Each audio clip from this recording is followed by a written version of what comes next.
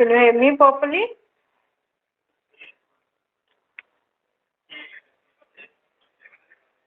Purni, am I audible?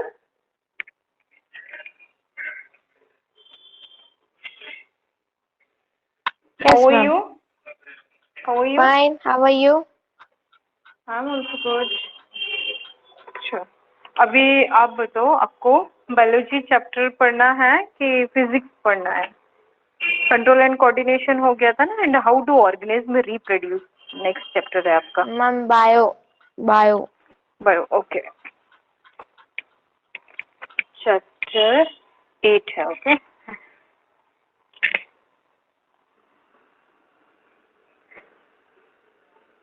School में complete हो गया आपका ये चैप्टर?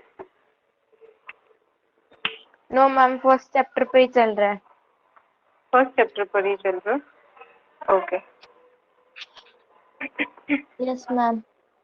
अभी बायोलॉजी का थर्ड चैप्टर नहीं है वो? क्या मैम? बायोलॉजी का थर्ड चैप्टर अभी स्टार्ट नहीं हुआ है?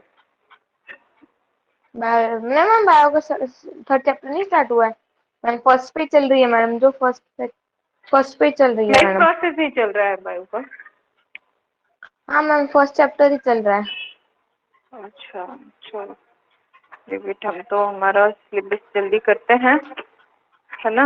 आपको समझ में आता जाए, चीजें आप पढ़ते जाओ, ठीक है? मैं आपका यस मैम। टेस्ट भी लूंगी, बनी बता देना। 10th के मेरे ऑफलाइन के बच्चे होंगे, उनके साथ भी मैं टेस्ट ले लूंगी और आपका भी ले लूंगी। तो स्टार्टिंग फर्स्ट हमने लाइफ प्रोसेस का टेस्ट ले लिया था, है ना? अभी हम yes ma'am. First chapter chemistry का फर्स्ट सेकंड चैप्टर का ले लेंगे, दो चैप्टर करके, ठीक है? ठीक है मैम। ज्यादा पोर्शन आपको ज्यादा बर्डन नहीं होगा, दो चैप्टर करके हम पढ़ लेंगे, ठीक है ठीक मैम। है? हाउ डू ऑर्गेनिज्म रिप्रोड्यूस, यहाँ पर बुक में जो पूरा थ्योरी लिखी है, वो पूरा स्टार्टिंग का जो लिखा है, इसमें सिर्फ जनरल इंट्रोडक्शन है, ठीक है? फिर इसके बाद इंट्रोडक्शन के बाद ही हमारा पूरा चैप्टर का आगे से ही बस बताया कैसे ऑर्गेनिज्म ग्रो करते हैं, कैसे रिप्रोड्यूस करते हैं, कैसे एक जनरेशन के ऑर्गेनिज्म आगे बढ़ते चले जाते हैं। That is all we have to read in this chapter, ठीक है? Before we discuss the mechanism by which organism reproduce, let us ask more basic questions. Why do organism reproduce? Do you know the answer of this question?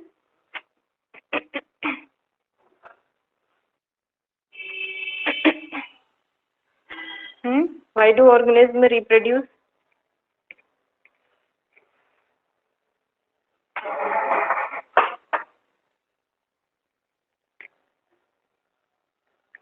Ma'am आगे वाली generation चलनी चाहिए।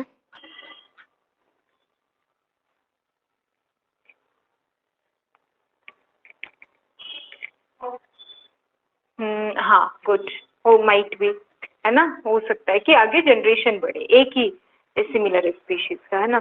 और भी reasons होते हैं कि जैसे कोई एक स्पीशीज है, सपोज गोट है या काऊ है, तो उसकी एग्जिस्टेंस खत्म ना हो, है ना? कि जैसे कुछ बहुत सारे ऑर्गेनिज्म ऐसे हैं, लायन टाइगर को क्या करते हैं लोग, वाइल्ड एनिमल समझ के जल्दी से उनको किल कर देते खा जाते है हैं। ना?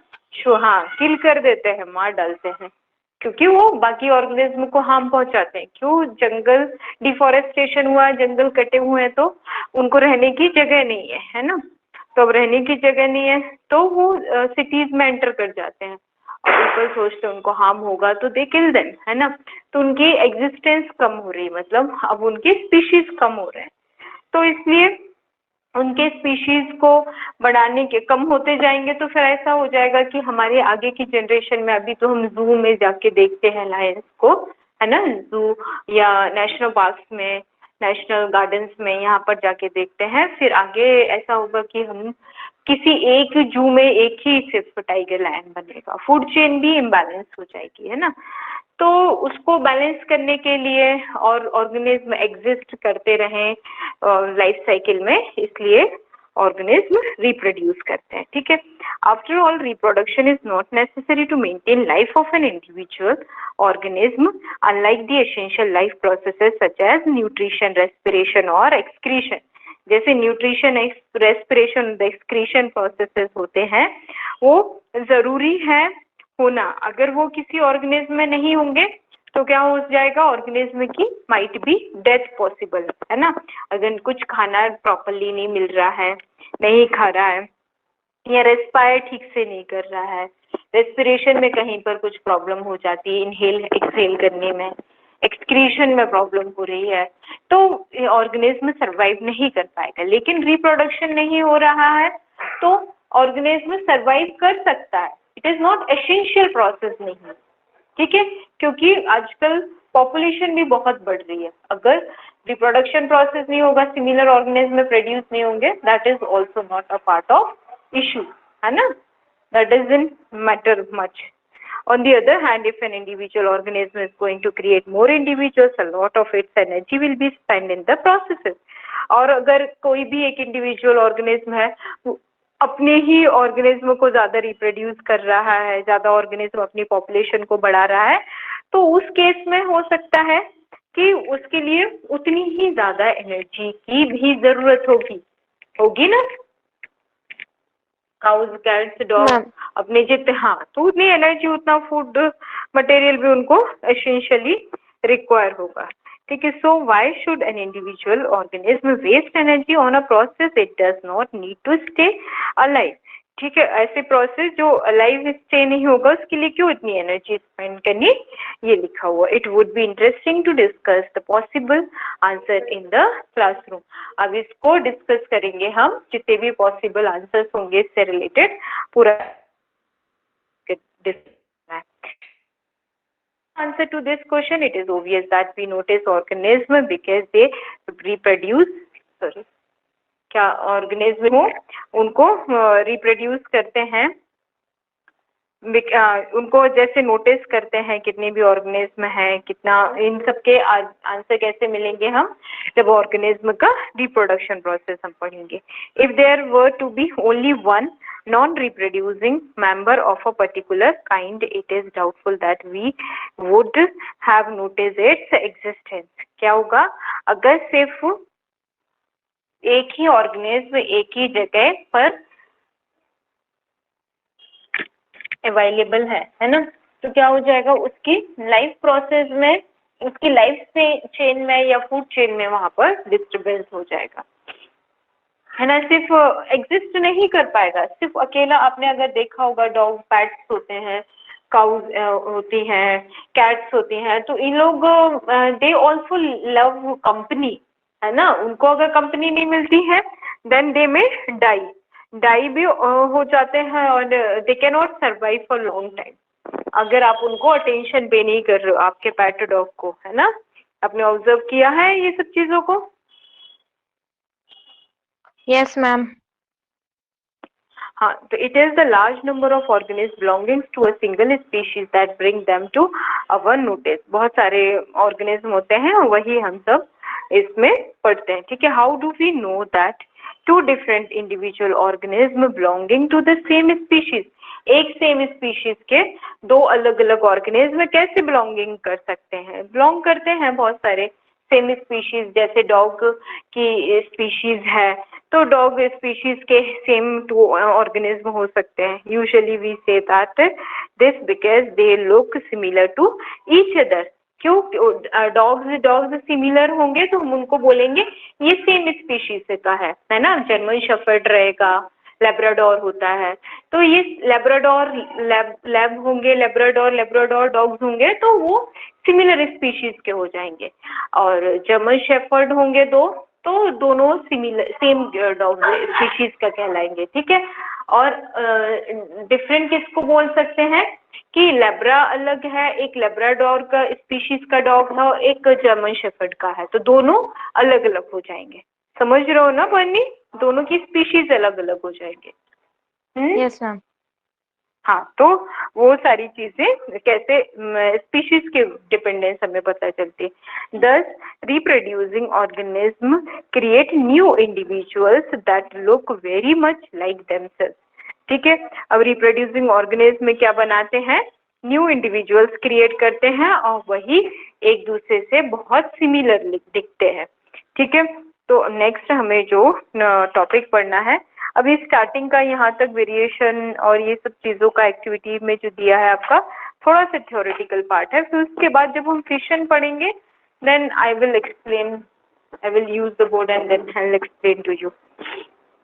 ठीक है, अभी तो यहाँ पर हमने एसेंशियल प्रोसेसेस पढ़े थे, तो एसेंशियल प्रोसेसेस में आप ऐसे लिख सकते हो, एसेंशियल प्रोसेसेस में क्या क्या हो जाएंगे, एसेंशियल प्रोसेसेस जिनके बगैर हम सरवाइव नहीं कर सकते, और उनमें कहीं पर भी किसी भी सिस्टम में अगर डिफेक्ट आता है then it is going to affect your life. Number 1 nutrition, और बताओ क्या होगा, oxygen, water, that is respiration, है ना, ऑक्सीजन इनहेल एक्सहेल करेंगे तो रेस्पिरेशन, Yes, रेस्पायर करने को बोलेंगे, एंड एक्सक्रीशन।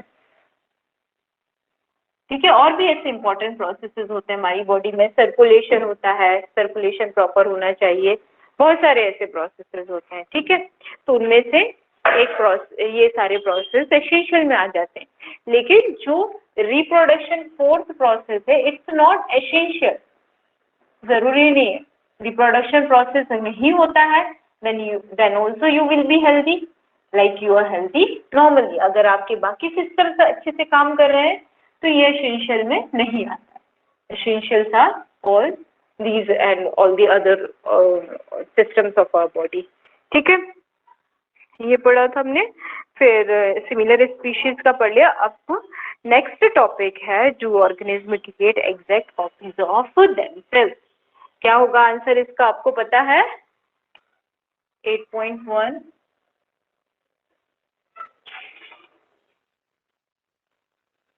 जो organism produce exact copy of themselves. बताओ इसका क्या होगा मीनिंग? मैम आपके इसका ब्राइटनेस बढ़ा दीजिए। ब्राइटनेस बढ़ा दूं? आपको क्लियर नहीं हो रहा है? मार्कर लाइट हो रहा है? मैम अभी डल दिख रहा है। डल दिख रहा है? Yes ma'am. अभी भी डल दिख रहा है?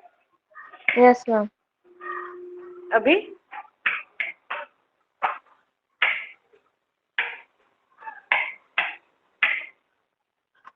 अभी प्रॉपर है? एक मिनट वेट, मैम। अभी देखो,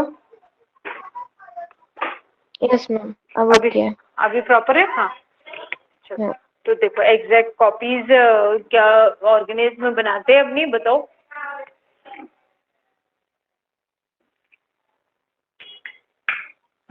मैम ह्यूमंस। एग्जैक्ट नहीं मैम बना, क्वेश्चन, ठीक है? मैम हाँ, क्वेश्चन समझ में नहीं आया। यही क्वेश्चन यही है ना, 8.1 जो लिखा है, do organism create exact copies of themselves, वही मैंने पूछा है, do organism Okay. Produce exact copies of themselves. तो क्या एनिमल्स, ऑर्गेनिज्म? बर्ड्स। हाँ, एग्जैक्ट कॉपीज बनाते, एग्जैक्ट नहीं बनाते, बिल्कुल सेम टू सेम। हम हमारे पेरेंट्स के ही बच्चे हैं, है ना, लेकिन हम क्या पूरा अपने मम्मी के जैसा दिखते हैं, पूरा क्या पापा के जैसा दिखते हैं? नहीं, हम में दोनों कैरेक्टरिस्टिक्स होते हैं, मम्मी के भी कुछ कैरेक्टरिस्टिक्स होंगे, कुछ पापा के भी होंगे, होते हैं। Yes ma'am. है ना, तो वही ऑर्गेनिज्म क्या एग्जैक्ट कॉपीज अपनी नहीं बनाते हैं। ठीक है, एग्जैक्ट कॉपीज जो बनाते हैं उनको क्लोन बोलते हैं, है ना। तो देखो, जैसे अब आगे पढ़ते हैं हम इसमें, organism look similar because their body design are similar. Similar दिखते हैं क्योंकि हम बॉडी डिजाइन, ह्यूमन बींग्स 2 हाथ 2 पैर 2 आईज, एक नोज एक माउथ, ऐसे करके सिमिलर दिखते हैं हम, क्योंकि ह्यूमन बींग्स की स्पीशीज में आ जाएंगे। ठीक है, लेकिन क्या एग्जैक्टली सेम होते हैं? सबके फीचर्स अलग अलग होते हैं, है ना। नोज के फीचर्स अलग होते हैं, आईज के अलग होते हैं, हाइट वाइज होता है, स्ट्रक्चर अलग होता है ना। तो सिमिलर दिखते हैं लेकिन सिमिलर वो होते नहीं है, ठीक है। तो the blueprints for these design should be, if the body designs are to be similar, the blueprints for these design should be similar. Sorry, अगर क्या सिमिलर होती है, बॉडी डिजाइन्स अगर सिमिलर हो रही हैं तो वो भी सिमिलर होती हैं, मतलब एग्जैक्टली दिखते हैं बॉडी डिजाइन्स के बेसिस पर, है ना। वैसे एग्जैक्टली पूरा सिम तरीके से सिमिलर नहीं होते, और उन्हीं को ये ऐसे बोला जाता है कि ब्लूप्रिंट भी जैसे सेम है। Thus reproduction at its most basic level will involve making copies of the blueprints of body design. क्या होता है रिप्रोडक्शन? ब्लूप्रिंट्स बनाता है ना। मतलब जैसे कॉपी तो एग्जैक्टली नहीं बनाता है, ब्लूप्रिंट में जैसे कहीं ना कहीं क्या होता है कि कुछ ना कुछ प्रॉब्लम रहती है, एग्जैक्टली ओरिजिनल जैसे नहीं दिखता है ना। तो ऐसी रिप्रोडक्शन भी ब्लूप्रिंट्स ही बनाता है, ठीक है। ये हो जाएगा। फिर इसके बाद क्या है, in class 9th we learned that the chromosomes in the nucleus of a cell contains information. क्या इंफॉर्मेशन कंटेन करता है? For inheritance of features from parents to next generation in the form of DNA molecule. DNA molecule होता है, उसके form में information होती है किसी भी एक ऑर्गेनिज्म के अंदर, है ना। वही इंफॉर्मेशन एक ऑर्गेनिज्म जो मेन ऑर्गेनिज्म पेरेंट है, वही डीएनए के फॉर्म में दूसरे ऑर्गेनिज्म में ट्रांसफर होता है, ठीक है। DNA molecule, what is the full form of DNA?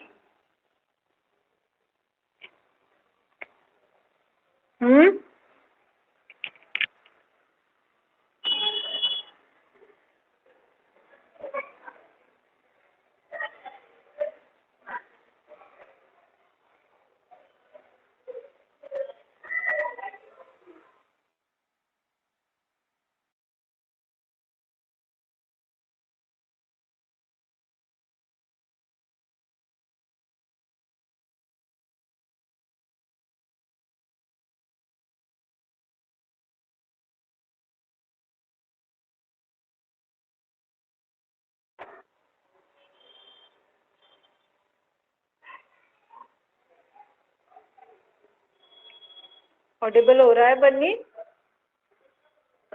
Yes ma'am. बीच में नेटवर्क इशू हो गया था।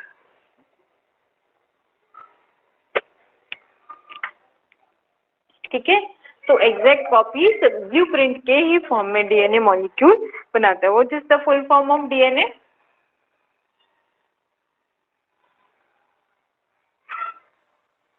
डीऑक्सी राइबो न्यूक्लिक एसिड बोलेंगे, ठीक है।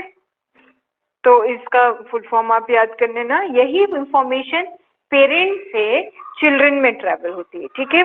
The DNA in the cell nucleus of is the information source for making protein. क्या होता है, कोई सा भी सेल है, सेल का न्यूक्लियस होता है, यहाँ पर न्यूक्लियस में क्रोमोसोम्स के ऊपर डीएनए होता है, ठीक है। और ये प्रोटीन के जैसे काम करता है, ये इंफॉर्मेशन कैरी करके एक पेरेंट ऑर्गेनिज्म से किसमें जाता है, चिल्ड्रन में जाता है।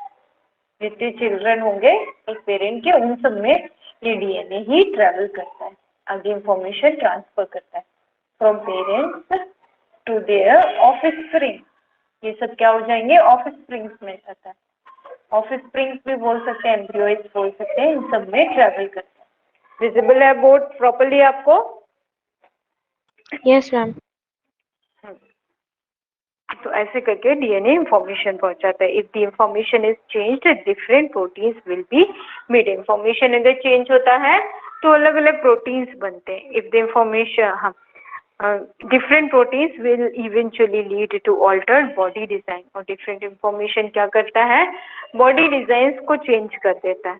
जैसे प्रोटीन्स, अलग अलग प्रोटीन्स होंगे, यही प्रोटीन जो हमारे सेल, ह्यूमन बींग्स के न्यूक्लियस के सेल्स के अंदर होगा डीएनए का, वही डॉग्स का अलग होगा, वही कैट्स का अलग होगा, वही बाकी दूसरे ऑर्गेनिज्म का अलग होगा। ठीक है, आ रहा है ना आपको समझ में? Yes ma'am. तो ऐसे करके ऑल्टर्ड होते हैं body design. Therefore a basic event in reproduction is the creation of a DNA copy. क्या होता है? डीएनए की कॉपी बनती है। बेसिकली मेन इवेंट जो रहेगा डीएनए का, बेसिक इवेंट भी बोल सकते हैं और मेन इवेंट भी। This is basic event. Basic event क्या हो रहा है कि डीएनए के कॉपीज बन रहे हैं। This is the main basic event of an individual. ठीक है, ऐसे बेसिक इवेंट बनेंगे किसी भी इंडिविजुअल के और उसकी ही कॉपीज बनेंगे। ठीक है, तो मेनली रिप्रोडक्शन में यही होता है कि प्रोटीन न्यूक्लियस के अंदर जो प्रोटीन्स होते हैं वो डीएनए के फॉर्म में इंफॉर्मेशन कैरी करके एक सेल से दूसरे सेल्स में ट्रेवल करता है। ठीक है, they will need to be separated from each other. cells use chemical reactions to build copies of their DNA। DNA के अलग अलग केमिकल रिएक्शंस यूज होते हैं डीएनए कॉपीज बनाने के लिए। And this create two copies of the DNA in our reproducing cells and they will need to be separated from each other. दोनों copies एक दूसरे से सेपरेट होना चाहिए। However keeping one copy of DNA in the original cell and simply pushing the other one out would not work. ठीक है, एक भी कॉपी को अगर डीएनए की कॉपीज को रिमूव करते हैं तो वो काम नहीं करेगा। इसलिए दोनों कॉपीज साथ साथ में ही पेरेंट से ही ट्रैवल होके वो अलग अलग इंडिविजुअल में चिल्ड्रंस में ट्रैवल करता है। ठीक है, because the copies pushed out would not have any organised cell structure. Copies में क्या होता है? कोई सा भी ऑर्गेनाइज्ड सेल स्ट्रक्चर नहीं होता है फॉर मेंटेनिंग लाइफ प्रोसेसेस को मेंटेन करने के लिए। ठीक है, therefore DNA copying is accompanied by the creation of an additional cellular apparatus। DNA copying कैसे accompanied होगा? by the creation of an additional cellular apparatus। additional cell की apparatus होगी, उसी से ही कॉपी होके बनेगा। And then the DNA copies separate. और क्या हो जाएगा फिर? डीएनए की कॉपीज सेपरेट हो जाएंगी, अलग अलग हो जाएंगी। Each with its own cellular apparatus। Effectively a cell divides to give rise to two cells। एक सेल डिवाइड होता है, बेसिकली बनाता कितने सेल्स हैं? 2 सेल्स बनाएगा। ठीक है, आपने फिशन और फ्यूजन प्रोसेस पहले पढ़ा होगा लियर क्लासेस में, कैसे एक सिंगल सेल होता है ये एलोंगेट होता जाता है, इसके न्यूक्लियस भी एलोंगेट होता है, फिर न्यूक्लियस फर्दर डिवाइड होता जाता है, ऐसे डेंटे जैसे बना लेता है। डिवीजन होने के लिए पूरा ऐसे पार्ट भी बना लेता है। दिस इज ऑल न्यूक्लियस, है ना। फिर न्यूक्लियस फाइनली दो एक इंडिविजुअल इसमें डिवाइड हो जाता है, इंडिविजुअल सेल्स में। ऐसे होता है, पढ़ा है आपने पहले फिशन में। तो वैसे ही एक डीएनए जो भी होता है मॉलिक्यूलर डीएनए कॉपी सेपरेट हो जाती है और सेलुलर apparatus ऐसे ही सेल्स डिवाइड्स तो 2 सेल्स को बर्थ करते हैं। ठीक है, these 2 cells are of course similar but they likely to be absolutely identical. ये दोनों सेल्स सिमिलर तो होंगे क्योंकि एक ही डीएनए से डिवाइड होते हुए आ रहे हैं, एक ही ऑर्गेनिज्म के डिवाइड होते हुए बने हुए, लेकिन एग्जैक्टली सेम नहीं होंगे। एग्जैक्टली हमें दिखेंगे सेल्स, लेकिन कुछ ना कुछ कैरेक्टरिस्टिक्स, किसी में मम्मा के ज्यादा कैरेक्टरिस्टिक्स आ जाएंगे, किसी में पापा के ज्यादा कैरेक्टरिस्टिक्स आ जाएंगे। इज इट क्लियर पन्नी? Yes ma'am. है ना, तो ऐसे डीएनए प्रोसेस होता है। On the other hand, there could still be many other variations in the DNA copies that would not lead to such a drastic outcome। मतलब exact copy क्यों नहीं होती है? कुछ बायोकेमिकल रिएक्शंस होती रहती हैं, केमिकल डीएनए जब डिवाइड होता है वेरिएशंस आते हैं। बायोलॉजी में ये वर्ड फ्रीक्वेंटली यूज होगा, आपको इसका मीनिंग पता होना चाहिए। What is variation? ठीक है, वेरिएशन मीन्स चेंजेस होता है। ठीक है, वही बताया था चेंजेस कैसे हमारे पेरेंट्स से हम एग्जैक्टली सेम नहीं दिखते, कुछ ना कुछ चेंजेस होंगे, है ना। जो पेरेंट डीएनए में था वो ऑफस्प्रिंग में थोड़ा सा सेम तो लगेगा लेकिन थोड़ा सा चेंज होगा। ठीक है, कुछ ना कुछ तो चेंजेस आएंगे उसमें। और ड्रास्टिक चेंजेस अगर हो रहे हैं तो उनको वेरिएशन बोला जाता है। चेंजेस तो हैं और चेंजेस भी कैसे अगर हो गए हैं, ड्रास्टिक। ड्रास्टिक मीन्स अचानक से बहुत बड़े चेंजेस हो गए।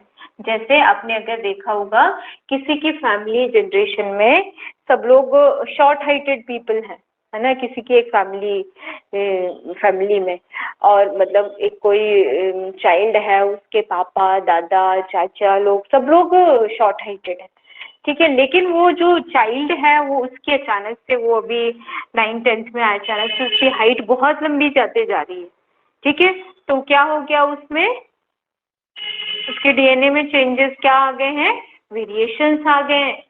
वेरिएशंस के कारण उसकी बॉडी में ड्रास्टिक चेंज दिख रहा है कि वो फिजिकली टॉल दिख रहा है। जो टॉल फीचर उनकी फैमिली में था नहीं, दबा हुआ था, रेसेसिव था, वो डोमिनेंट हो चुका है, मतलब उभर कर दिख रहा है ना।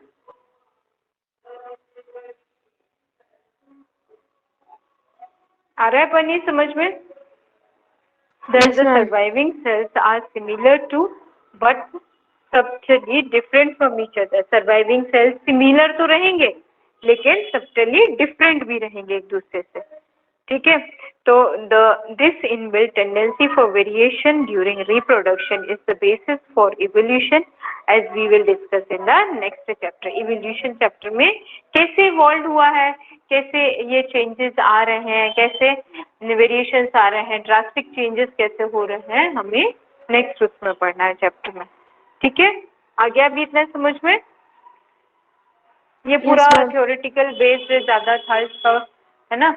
अब इससे ही रिलेटेड हमें आगे इम्पोर्टेंस ऑफ वेरिएशन पढ़ना है, क्यों चेंजेस आना जरूरी है और क्यों होते हैं, उसकी मान्यता क्या है इम्पोर्टेंस, उस सबको पढ़ना है। ठीक है, तो population of organism fill well defined places और नीचेस इन द इकोसिस्टम। ठीक है, तो हमारा नेक्स्ट टॉपिक है 8.1.1, इसका ही सब टॉपिक है कि कैसे वेरिएशन की इम्पोर्टेंस क्या हो जाएगी।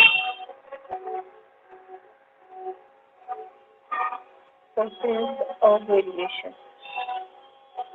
चेंजेस हो रहे हैं तो क्यों जरूरी है, क्या है इनकी महत्व, वो पढ़ना है। ठीक है, तो इम्पोर्टेंस में जैसे पॉपुलेशन है ऑर्गेनिज्म की, कहीं पर भी रहती है इकोसिस्टम में, पॉन्ड में अलग पॉपुलेशन रहेगी, है ना, फिशेस, फ्रॉग्स और जितने भी एक्वाटिक स्पीशीज रहेगी, प्लांट्स रहेंगे, वो सब पॉन्ड में रहेंगे। ठीक है, और ये सब कहाँ पर रहेंगे, जैसे एरियल एनिमल्स की पॉपुलेशन, एरियल बर्ड्स की पॉपुलेशन अलग रहेगी, लैंड एनिमल्स की पॉपुलेशन अलग रहेगी।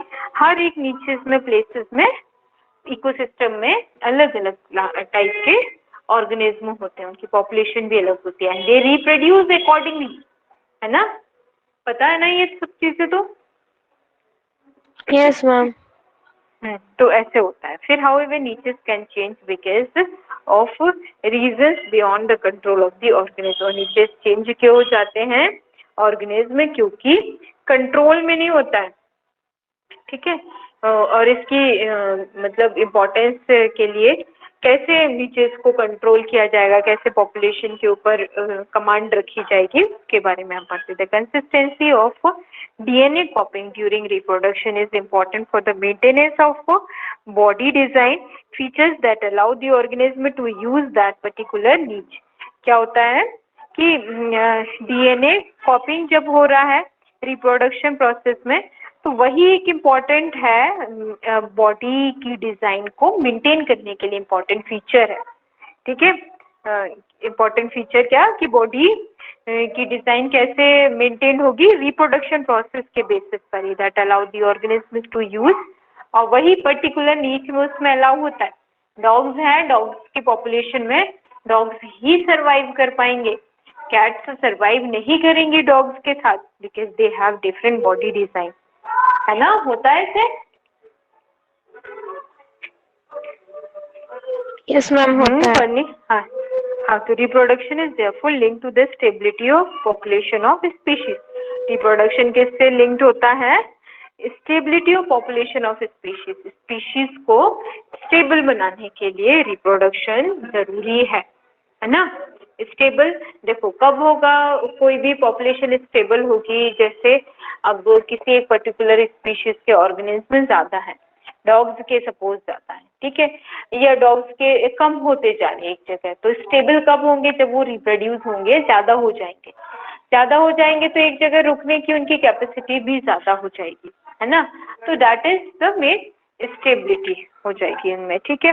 However niches can change because of reasons beyond the control of the organism. Niches change कैसे हो सकते हैं?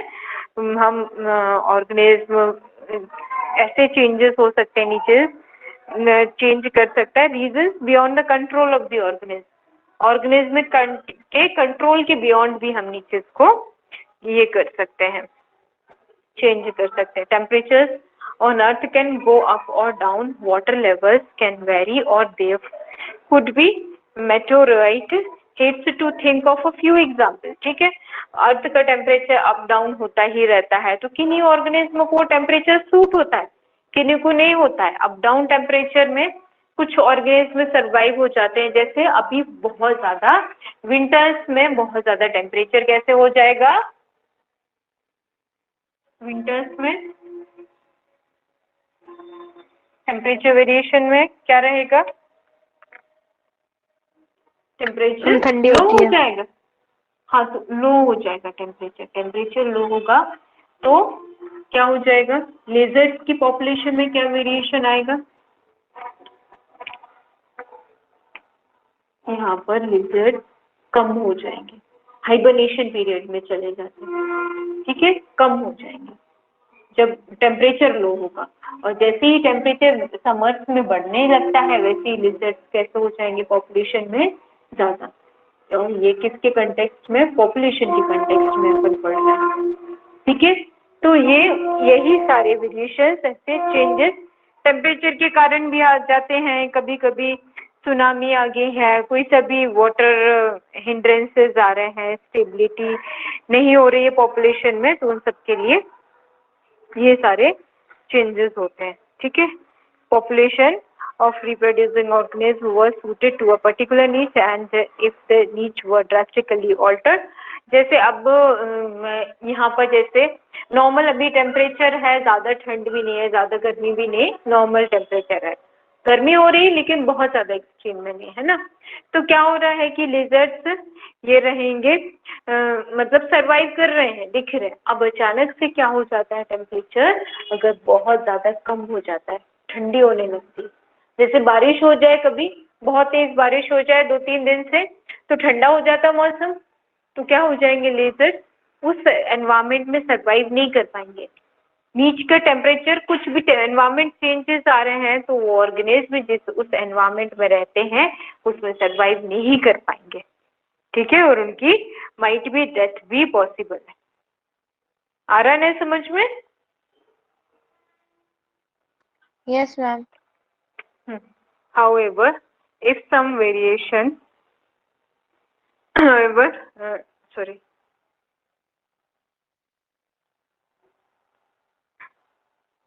ठीक है, क्या however some variations were to be present in a few individuals in these population. कुछ इंडिविजुअल्स में अगर वेरिएशंस होते हैं पॉपुलेशन में, there would be some chance for them to survive, कुछ चांसेस होते हैं उनके सर्वाइव होने के। अगर उनको कुछ लेजर्स ऐसे होंगे जो मतलब वो ठंडा तो हो गया है मौसम सब जगह, लेकिन वो उनके किन्हीं रूम्स का टेम्परेचर अगर हाई होता है, उन रूम्स में अगर वो कहीं पर छुप जाते हैं तो सर्वाइव कर जाएंगे and they can live for some time, है ना। तो ऐसे ड्रास्टिक में भी कुछ सर्वाइव हो जाते हैं, कुछ नहीं हो पाते हैं, ऐसे करके हो जाएगा। हाउएवर हम फिर दस if there were a population of bacteria living in temperate waters and if the water temperature were to be increased by global warming, the most of them these bacteria would die, but the few variants resistance to heat would survive and grow further. क्या होता है population में अगर bacteria हैं कुछ temperate waters में, और water का अगर ग्लोबल वार्मिंग से टेम्परेचर बढ़ जा रहा है, है ना, वही टेम्परेचर वाली बात हो जाएगी। बस यहाँ पर मैंने यहाँ पे जो बुक में एग्जाम्पल दिया है लिजर्ड की जगह बस क्या आ जा रहा है, बैक्टीरिया का एग्जाम्पल आ जा रहा है।